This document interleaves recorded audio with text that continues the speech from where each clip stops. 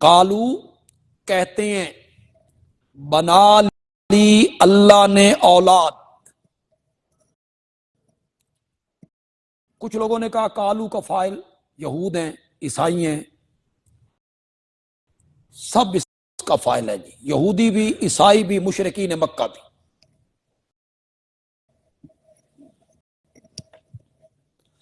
مشرکین مکہ کہتے تھے فرشتے اللہ کی بیٹیوں کی طرح.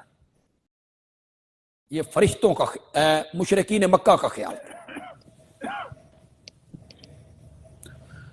تو یہ سب اس میں شامل ہے.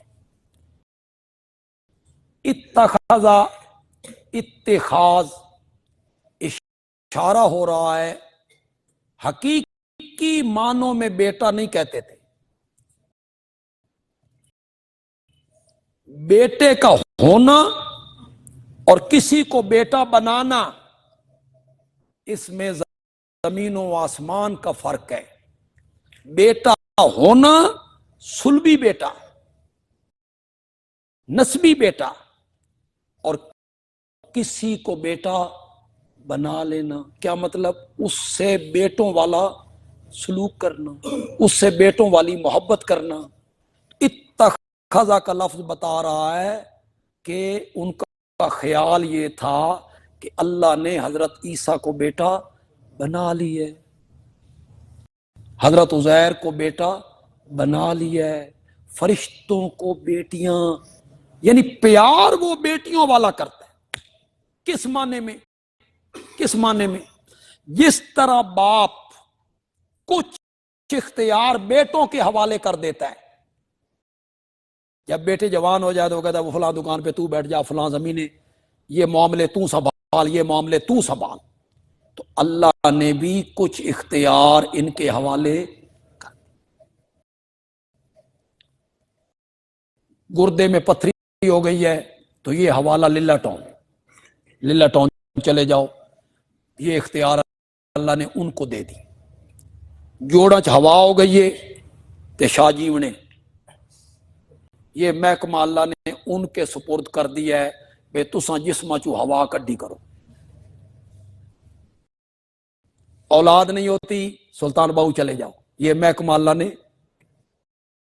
اس معنی میں کہتے، یا اس معنی میں کہتے تھے جس طرح باپ اپنے بیٹے کی بات رد نہیں کرتا، خاص کر کے بیٹیوں کی، جس طرح باپ اپنی بیٹیوں کی اور بیٹوں کی بات رد نہیں کرتا، اللہ بھی ان بزرگوں کی بات کو رد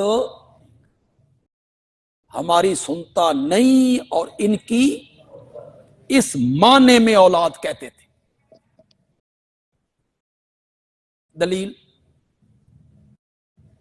دلیل یہ ہے کہ جب یہودیوں کے مولویوں نے عوام کو اس پٹڑی پہ چڑھا دیا عزیر ابن اللہ، المسیح ابن اللہ، عزیر اللہ کے بیٹے ہیں، مسیح اللہ کے بیٹے ہیں، قوم اس پٹڑی پہ چڑھ گئی، تو پھر علماء نے کہا نحن ابناء اللہ، ہم بھی کیا ہیں؟ اللہ کے. تو وہ کس معنی میں اپنے آپ کو اللہ کا بیٹا کہہ رہے تھے؟ بے اللہ کی بیوی کی کوکھ سے ہم نے جنم لیا ہے. کس معنی میں کہتے تھے ہم اللہ کے بیٹے ہیں؟ اس کو خود قرآن نے بیان کیا واو تفسیریہ کے ساتھ، نحن ابناء اللہ و احباؤہ، ہم اللہ کے بیٹے ہیں یعنی اس کے پیارے ہیں. وہ ہماری بات رد نہیں کرتا، ہم اس سے بات منوا لیتے ہیں. اس معنی میں وہ اولاد کہتے تھے جی. سبحانہ، جواب شکوہ. نمبر 1،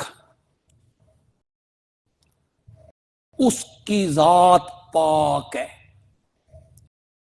اولاد بنانے سے. بل لہو ما فی السماوات والارض. نمبر 2، شکوہ، جواب شکوہ، بلکہ اسی کا ہے جو کچھ آسمانوں میں ہے اور اسی کا ہے جو کچھ، اسے اولاد بنانے کی کیا ضرورت ہے؟ زمین و آسمان کی ہر چیز کا مالک وہی ہے. بل لہو قانتون، تیسرا شکوات کا جواب، بل سارے کے سارے کل لہو قانتون، سارے کے سارے اسی کے فرما بردار ہیں، حضرت عزیر ہوں یا حضرت عیسیٰ ہوں یا فرشتے ہوں، نبی ولی ہوں، سب اسی کے فرما بردار ہیں۔